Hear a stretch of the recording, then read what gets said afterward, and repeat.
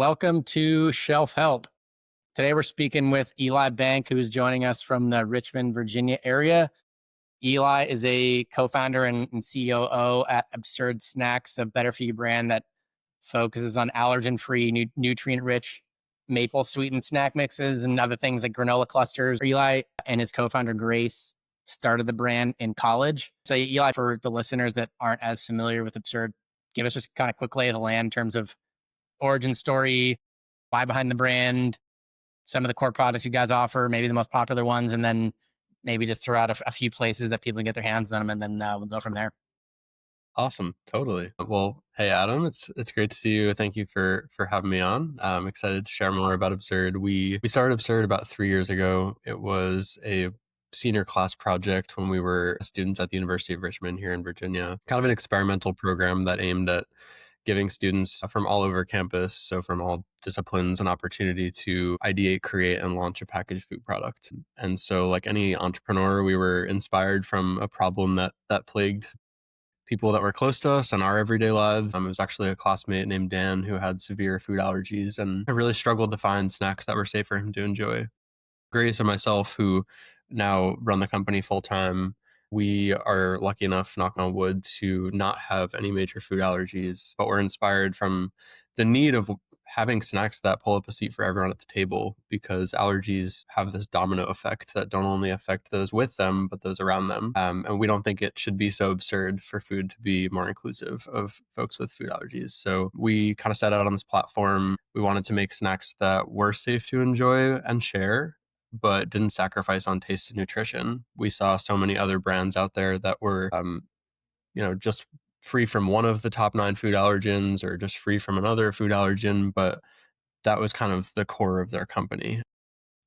With that, sacrificed the clean ingredient labels and macronutrient forward products that consumers really look for and need in their diets and in their pantries. And of course, taste is king. So if a product doesn't taste good, it's not going to be enjoyable for everyone. So we really wanted to remove that stigma.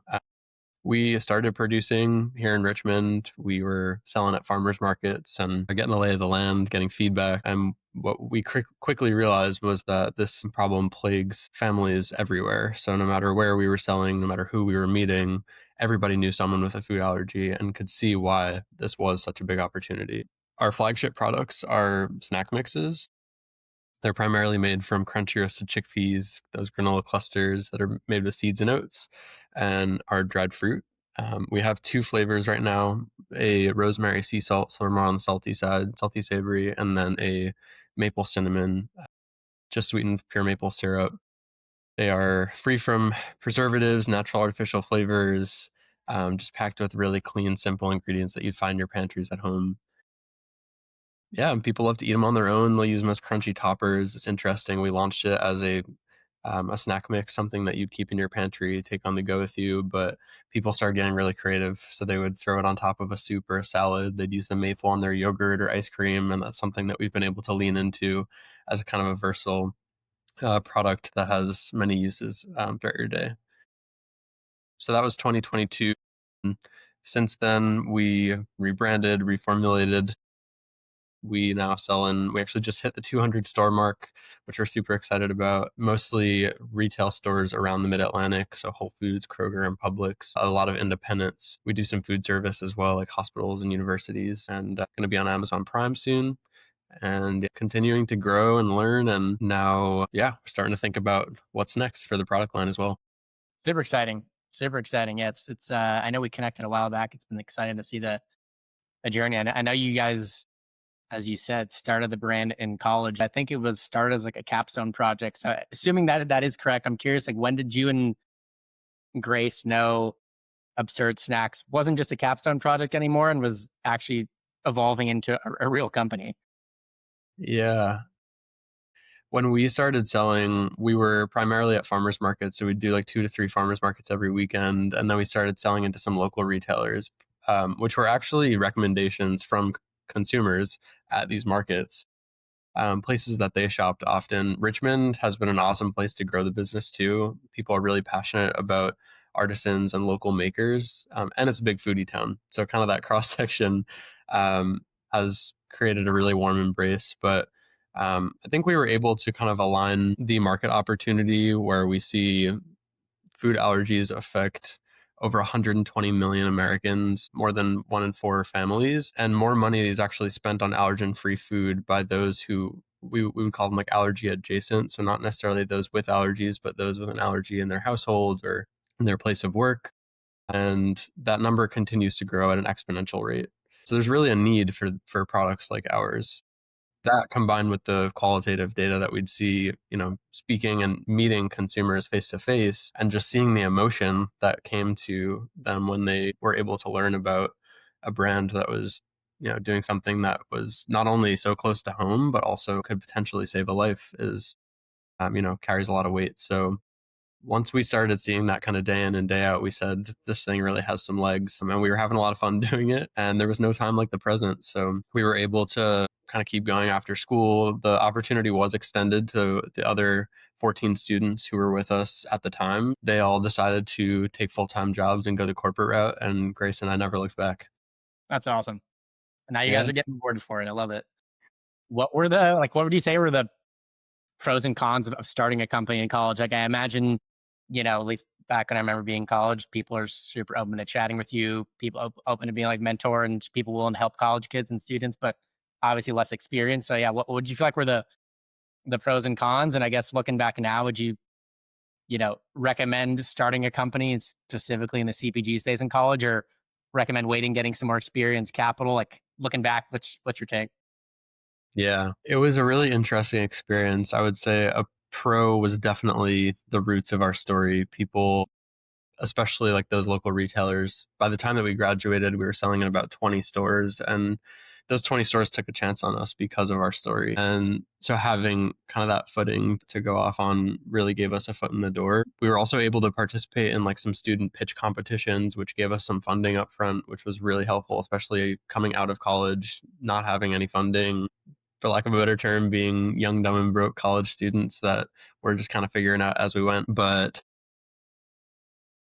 yeah, I would say maybe one potential con was that we were kind of on our own, and it was up to us to build our networks and to learn from people who had done it before. We were very lucky to have the support of our professors who had industry experience and had startup experience and were able to kind of take us through the process of customer discovery. After graduating, we took a step back and we were able to conduct 75 customer interviews with people that we anticipated would need our products.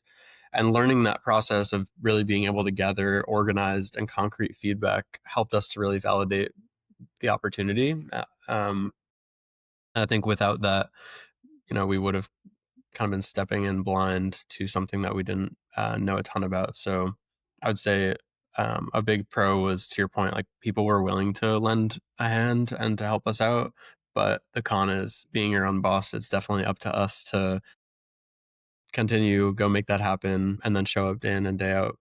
Yeah, totally. For those young guns in college that have an idea, thinking about getting started now, don't want to wait. What's, I don't know, recommendation or two you may have for them? Yeah, I mean, if you're in college, you may not realize how many resources are at your fingertips. Most universities do have. We were very lucky to have a lot of support at the University of Richmond. There's a ever growing excitement for innovation on campus, and there are more programs being put into place. But most universities do have faculty that will have the real world experience to connect you with resources and experienced professionals and programming that can help you validate your own ideas. We actually now work part time with the University of Richmond as entrepreneurs in residence. And so we have office hours every week and connect with new entrepreneurs who are exploring business ideas and new ventures of their own. So that kind of community. I think we actually connected through Startup CPG, which is a perfect example of like a free resource that anyone can access. And you can get connected with people who can teach you about potential pitfalls that you might run into or may not see coming. So, especially as college students, I think people are always willing to have conversations, lend some time. And so I'd always encourage them to go out and just learn, just be a sponge and never say no to a conversation. You mentioned you guys won some grant money in college, which I think helped kickstart some things. And I've spoken to a few brands. It's usually in the the early days where they're pretty successful and a few, won multiple grants. And I think when people are getting off the ground, everyone just thinks about going to try to raise the money from investors, and grants don't feel like they're in the mainstream, but it feels like it can be a big leg up for a lot of people. I'm curious, like, what was I'm sure you guys are competing with a fair amount of other brands, entrepreneurs that are trying to win that grant. What do you feel like was key to standing out and winning the prize? Yeah, that's a great question. Some of the pitch competitions that we did were CPG focused and had a lot of food and beverage competitors.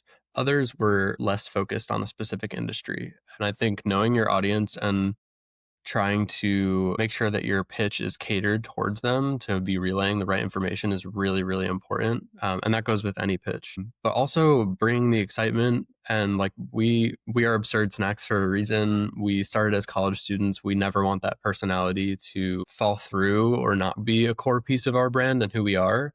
And so we like to keep it light and we like to keep it fun. And as a part of our mission to be more inclusive and remove that stigma from foods that are focused on being more inclusive, we really need other people to feel that excitement. And so bringing that energy to the table definitely lended itself to getting other people excited about what we're building, the spirit and ethos behind our brand, where we see it going in the future. Then also the traction that we've had so far, because we've been very lucky to have a lot of support and to build a really strong community that has allowed us to make it this far and continue to grow. Yeah, I think like the conviction in the founders and the opportunity, and then also just understanding really where and how you're going to grow and do it intentionally is really, really important. That makes a lot of sense, actually. Shifting gears a fair amount, thinking back those early days, talking about formulation, commercialization.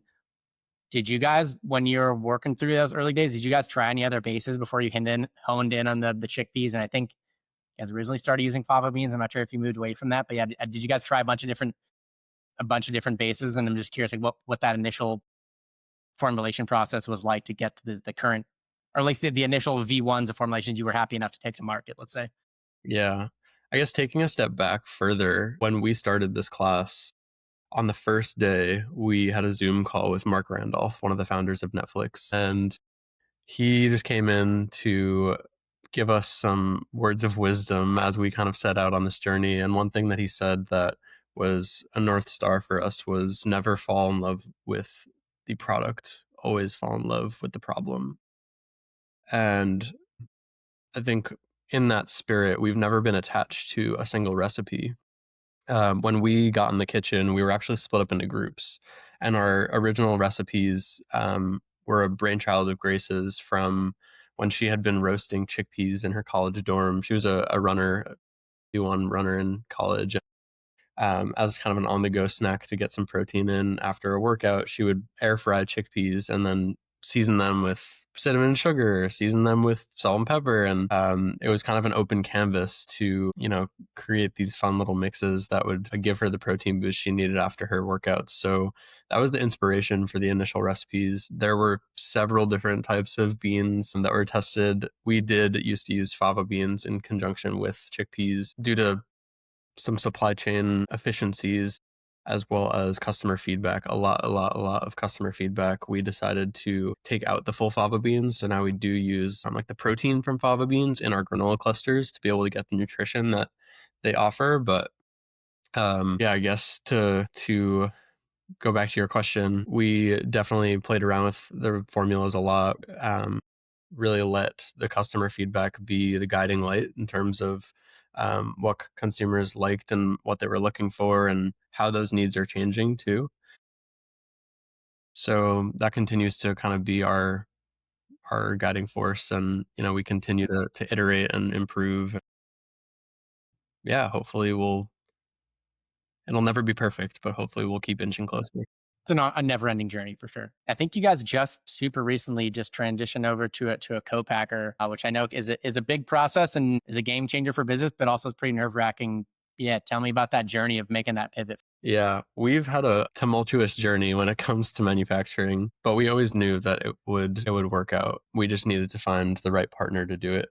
When we started the business, we were producing in Richmond here with a partner who shortly after shut down their manufacturing facility, and we had to pivot.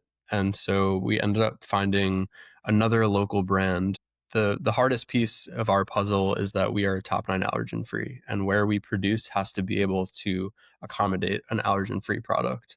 There can't be traces of peanuts. There can't be traces of tree nuts. We need to be completely top 9 allergen free because the safety and security of our consumers is our top priority. So we actually got connected with another founder who had a top 9 allergen free brand, but they made products in a different category. However, in their space was an oven that was not being used and they had extra capacity. So we thought, why not see if they can manufacture for us? And we can learn the ins and outs of what it takes to run a manufacturing facility, be on the floor as much as we can so that we can also be very hands-on with the process, but have a partner to help us bring it to life. And so for about a year and a half, we produced with this other brand here in Richmond until they decided to leave that facility to move into a new space. And at that point, we searched all around Richmond, other areas of Virginia, and we ended up going a different direction. And we were very, very close to working with another co-packer, but their minimum order quantities were really high. And so I think, like, from the outside in, something that a lot of people may not realize is that large scale manufacturing is really not set up for small brands. It's either you're self-manufacturing in a small kitchen or you're producing at mass quantities. But there are a lot of moving pieces in a big manufacturing facility and a lot of overhead. So it's very expensive for them to run these massive pieces of equipment and run a very small amount of product. And so for a small brand, we're not able to afford to work with a co-packer of that scale. So we kind of went through the motion, spoke with about 250 manufacturers across the country, some even outside of the country, and we were very close to working with one and making the jump to their volumes. But we ended up coming to a mutual decision to put a pin in that relationship and wait until we were at a point where we were at a bigger scale, so that it also didn't put a big strain on our supply chain. And that way we could really grow into that volume. So to bridge the gap, we ended up leasing a facility on a part-time basis as needed from another allergen-free brand, kind of going back to our roots and what we knew, and working directly with another brand who had empty line time, but instead of having them manufacture for us, we decided to do it ourselves. And so we hired part-time staff. We put together a food safety plan. We got all of our certifications and audits done, and we started self-manufacturing. We started doing it with just us. And then as demand grew, we needed more and more help. And it got to the point where we were stretched too thin and we had to figure out where we were going to go next. And along the way, we had support from a number of mentors, one of which was running actually a manufacturing facility in the Midwest. And about a year ago, when we were putting together our food safety plan, they were in the midst of an acquisition of another smaller brand. And they were bringing in this brand because they wanted their specialized equipment. And so, as we kind of went through this process and stayed in touch with this mentor, it got to a point where they had expanded their facility because of this equipment, and they uh, it was all kind of ironed out and they had settled in. And we were continuing to reach out to a number of different co-packers to see, which one might be the best fit, which one could accommodate our volumes and our products. And in having more conversations, we realized that their equipment actually could have been a perfect fit. And so we decided to take the leap of faith and ask this individual who we trust and know really well if they'd be willing to manufacture for us. And so from October of 2024 through the end of spring of this year, we brought that relationship to life. And now we are officially transitioned to manufacturing in an outsourced fashion with a really, really great team of people that we trust deeply and know they care deeply about what we're building as well. And so just that synergy has been really special. We're excited to now finally have capacity to grow. And, it's been a good problem to have a supply constraint rather than demand constraint. But now we can finally really step into the momentum and keep growing. Looking back now, I think you're still kind of somewhat maybe on the tail end of that full transition. Looking back now, any recommendations for other up and coming brand owners that are about to start that same transition? Yeah, I think if you are looking for a contract manufacturer, you absolutely must visit their facility before you sign anything. Get a sense of not only how their operation works, but also the people that work there. Like, these are people who will be up close and intimate with your products. And it is so important that they are putting the care in that you would, and that they appreciate not only like the products that they're making, but the mission of your company, and like they really become an extension of your family. So I would say definitely like pay attention to more than what's on paper and more than that what meets the eye at surface level. A lot of manufacturers will try and make something work because they want to make a dime, but at the end of the day, like manufacturing is a very nuanced part of our industry. Um, just because someone says it can be done, it doesn't mean it'll be done right. And so I think that care is really, really important from both sides. I will say, having the experience of self manufacturing behind us, we will never regret it.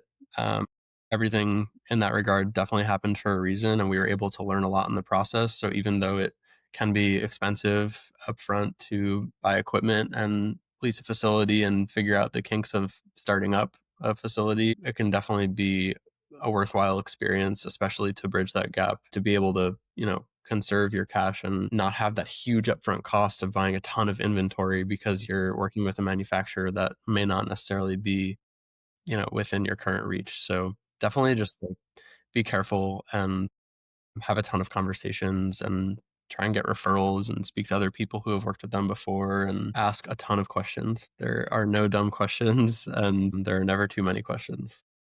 Did you have to make any formulation changes or packaging changes, shifting from production in-house to shifting to a co-packer to accommodate their production lines, automation, their capabilities, whatnot? Yeah, big time. When we were in our old facility, it was a lot more manual. Everything was really done by hand. And so with that, our formulations were pretty different.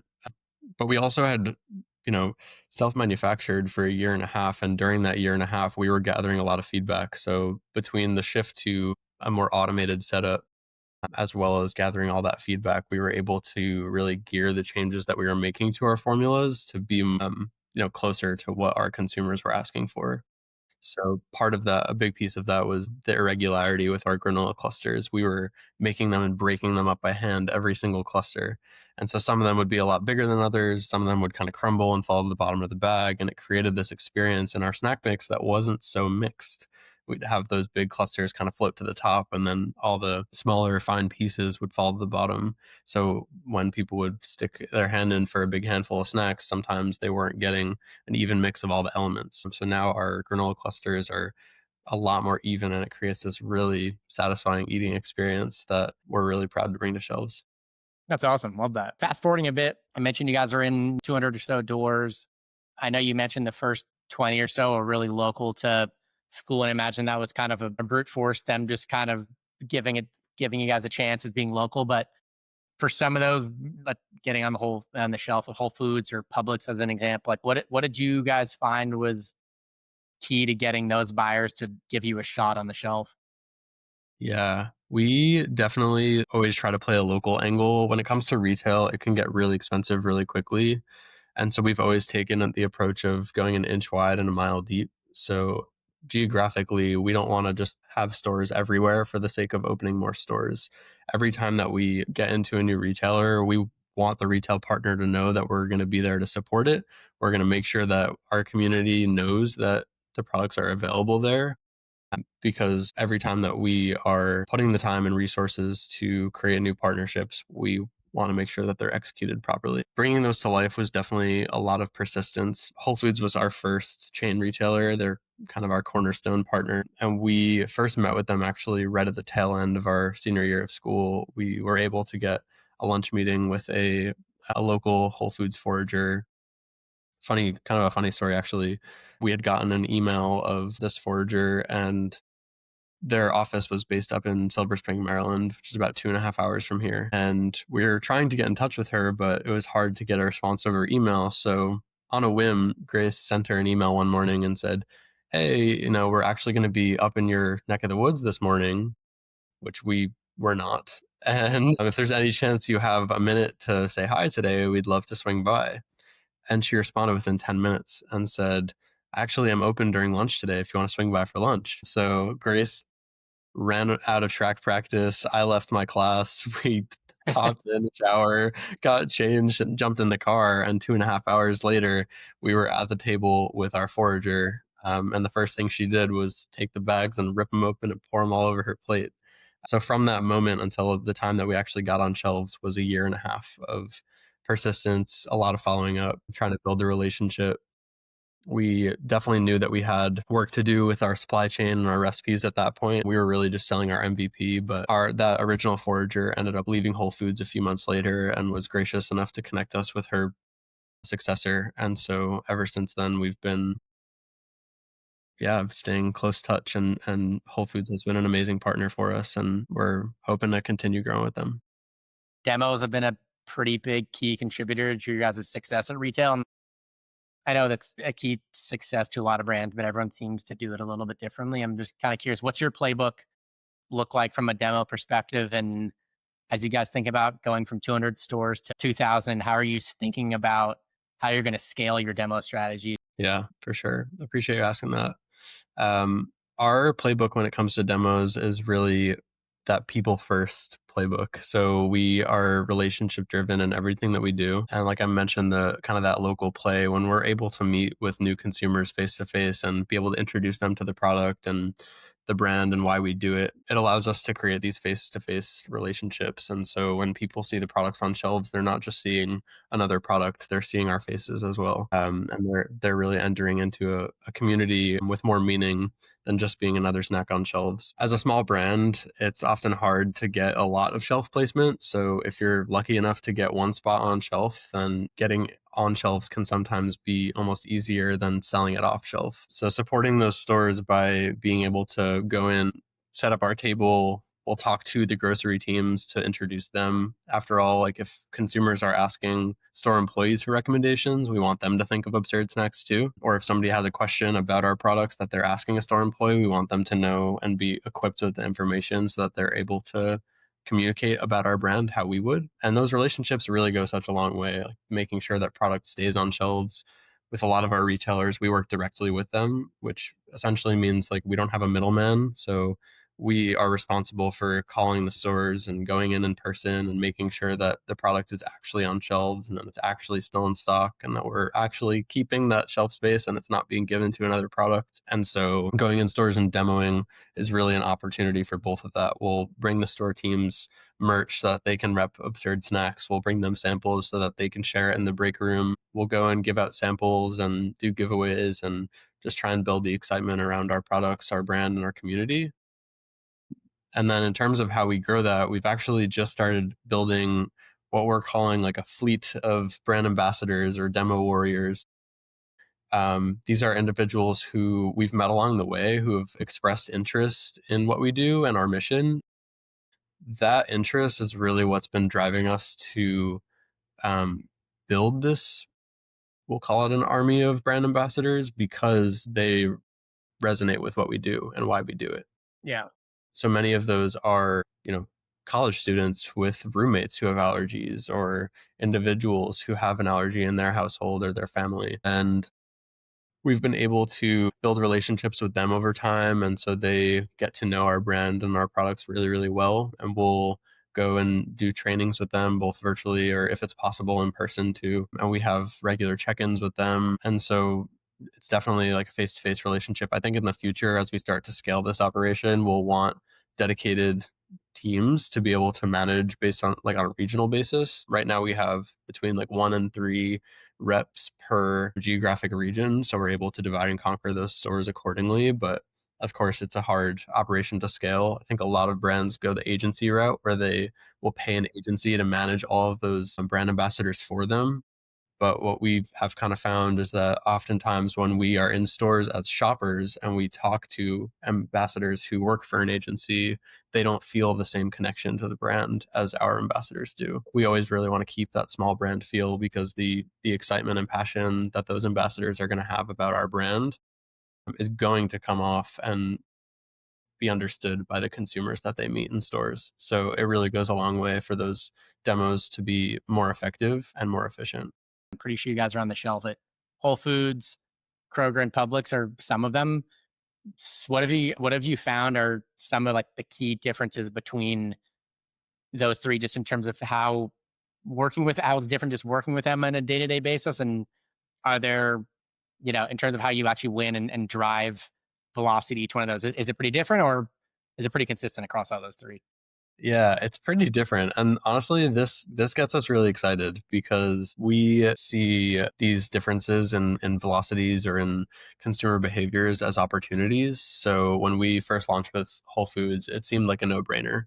It's a dream retailer. Their consumer base is looking for products that are healthier, have simple nutrition labels. They also like small and emerging brands, so they're willing to support local. Whole Foods always has those local tags on their shelves, so in stores and surrounding areas, people are able to see that our products are made locally. And that goes a long way with their consumers. So when we demo in a Whole Foods, that's definitely going to be our best performing demo. The traffic is so consistent. We're meeting people every minute. So it's really like a constant flow of traffic. We also typically see that stores perform better on certain days in Whole Foods. So a lot of people are shopping in Whole Foods on the weekends. So we'll typically we're based in Richmond, but when we were doing all the demos ourselves, we would go up to DC for a weekend. We were able to stay with family and friends up there, and we would hit 8, 10 stores in a weekend, 4 hours a demo, and just really try and cram it in while the stores were at their busiest. When we first launched with Kroger, we tried to set up demos, and it was interesting because the store teams were not used to people demoing in there. Every once in a while, a brand will come demo, but Whole Foods supports a lot more demos because they work closely with local vendors. And so from the store level down, we really saw such a difference in the culture around their relationships with vendors. And I think that also goes a long way because in a Kroger, as a bit more of a conventional grocer, they do have a local shelf in a lot of the stores around Virginia, which we are lucky to be on, but not everybody knows about it and not everybody's looking for it. But we'll meet a lot of consumers in there that have literally never tried a demoed product in their local Kroger store, and then there's a bit more explaining to do. So it's just, yeah, the expectations of the consumers are very different. When it comes to Publix, a lot of Publix shoppers are shopping only on BOGO days. So, Wednesday is going to be a great demo day because that's when the new buy one get one discount list comes out every week. And if you're a Publix shopper, you know how excited you get when that newsletter comes out. So if we can cram in a bunch of demos on Wednesday evenings, then we know that it'll be packed with all of those parents and those young independent adults who are trying to get the best deals on the best products.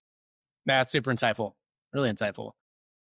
Stepping back from uh, traditional retail, I think I've read or heard that you guys are starting to do a push into food service. Are you guys thinking about, I think you mentioned universities. Are you guys thinking about school districts? Yeah, we've done a bit of testing with younger consumers, like grade school kids and children and students. And it's interesting because a lot of other allergen friendly products and brands out there target specifically towards the younger demographic of kids, but it's a common misconception that allergies are limited to kids.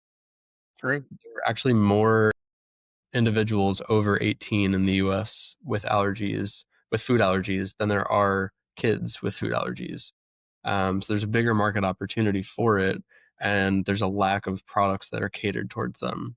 Uh, by nature of our products, just being a more natural product, having the crunchy texture, even especially our rosemary sea salt flavor, it tends to lend itself to a bit of a more sophisticated palate, which has kind of guided us to work with a target of an older audience. So being that our core consumers are above the age of 18, we typically, of course, we want to offer, especially the maple cinnamon tends to be like the kid favorite flavor. And we definitely want to offer it to those channels, but with limited resources as a small startup, we definitely tend to prioritize opportunities that will put our products in front of consumers that are more among the ages of like 25 to 40. Yeah. Yeah, that makes a lot of sense. Fancy food last month, I think it was in June, right? For the end Yeah. of June. Yeah. So I know you guys had a presence there. How did that go? It was great. We had a booth up in the debut district with the Startup CPG Pavilion. Startup CPG is awesome. They have supported us since day one. And we were able to get a really cool spot kind of right at the front of their pavilion. So when you went up the escalator and entered the debut district, we were like right there front and center, which was really great. I think in terms of traffic and quality of individuals who came by, it exceeded our expectations. We were debuting our kind of refreshed recipes. We had gotten in our product from our new manufacturer literally a week before the show. So it was just in time to be able to showcase it to the community. And yeah, the reception was great. We got a lot of new contacts at retailers and some other really exciting accounts that we're now kind of working through trying to iron out and lock down some of those deals. So with trade shows, it is definitely a lot of fun when you're there, but the real work comes afterwards in making sure that the great relationships and introductions that you've gotten can come to life. So hopefully we'll see a number of those. We've already seen some orders come through, but hopefully we'll see, some even more of those new partners come to fruition over the next few months. How'd you guys go about designing your booth? We had so being in the startup CPG pavilion, there were some restrictions around how much we could have, which honestly made our lives a little Easier. easier. Yeah, it makes it easier. Yeah. So of course we still wanted to stand out and draw attention to our booth, but at the same time we had to kind of play within those rules. So yeah, we had some giveaways at our booth. I guess like we were sitting on the computer the second that the booth selection came out, so we were able to choose that spot right on the front, which I think played a big role in having a lot of great traffic to the booth. And then we really wanted it to be product centric, so having samples out, making sure that people could try it, and then having kind of a strategy for having people behind the booth but also outside so we could funnel in individuals to the booth. I think a lot of brands spend an arm and a leg on trade shows to try and catch everybody's eye, but as a small brand, like sometimes less can be more.